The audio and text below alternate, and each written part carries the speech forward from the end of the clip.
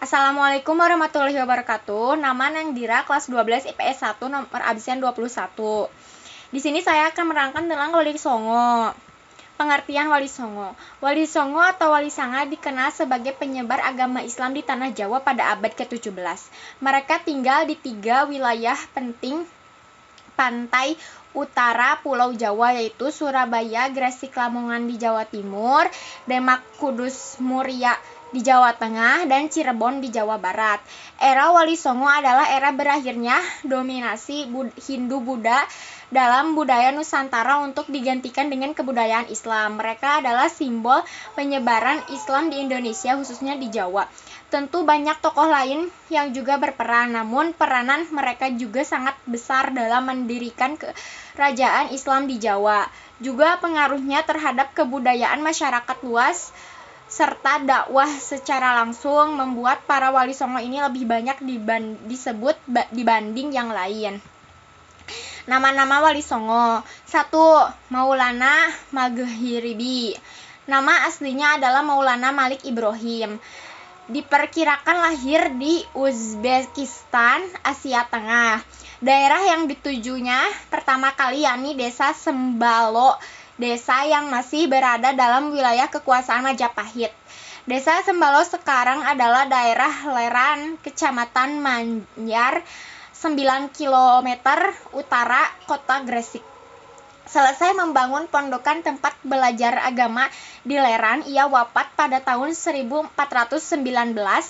Makamnya terdapat di Kelurahan Gapuro Sukolilo, Kecamatan Gresik, Kabupaten Gresik, Jawa Timur. Yang kedua ada Sunan Ampel.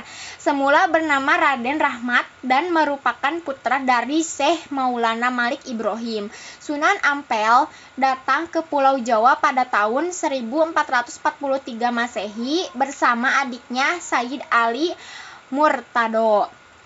Nama Ampel diambil dari daerah bernama Ampel Denta, daerah rawa yang diraihkan Raja Majapahit kepadanya. Di tempat inilah ia memulai aktivitasnya mendirikan pesantren Ampel Denta dekat dengan Surabaya. Ia wafat pada tahun 1491 Masehi dan dimakamkan di sebelah barat Masjid Ampel, Surabaya.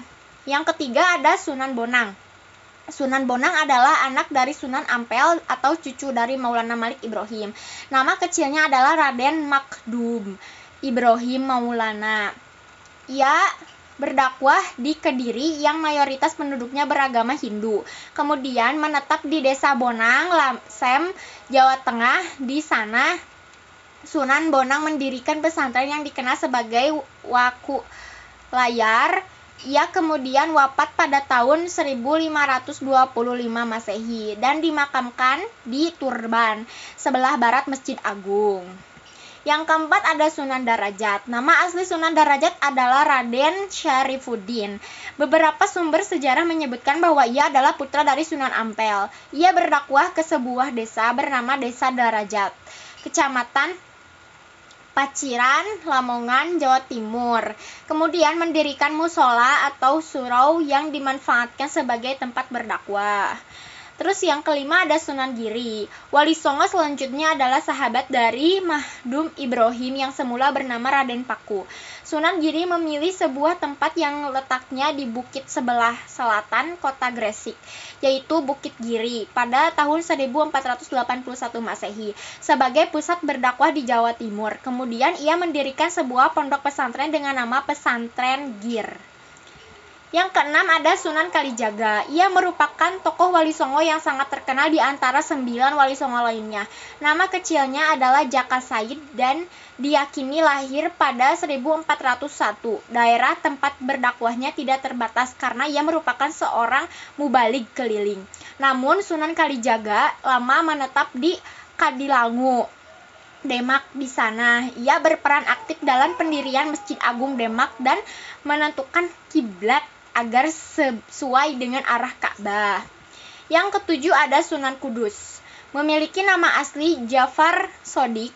Tidak ada bukti tahun berapa Sunan Kudus tiba di Kudus pertama kali. Namun saat itu wilayah Kudus masih dikenal dengan nama Kota Tajuk. Saat itu Kudus masih didominasi oleh penganut agama Hindu-Buddha. Sebab itulah Sunan Kudus menerapkan strategi dakwah dengan menghargai adat istiadat yang lama dianut warga sekitar. Bentuk masjid yang dibangun juga tidak berbeda jauh bentuknya dari candi milik orang Hindu. Yang kedelapan ada Sunan Muria. Nama kecilnya adalah Raden Prawoto. Ia adalah putra dari Sunan Kalijaga.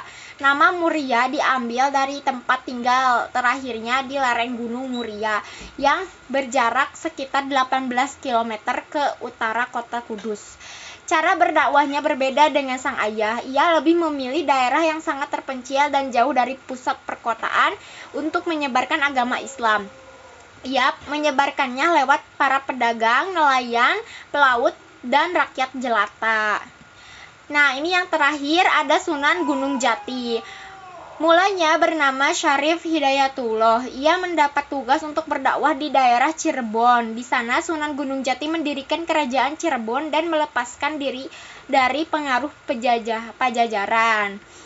Thanks for watching. Wassalamualaikum warahmatullahi wabarakatuh.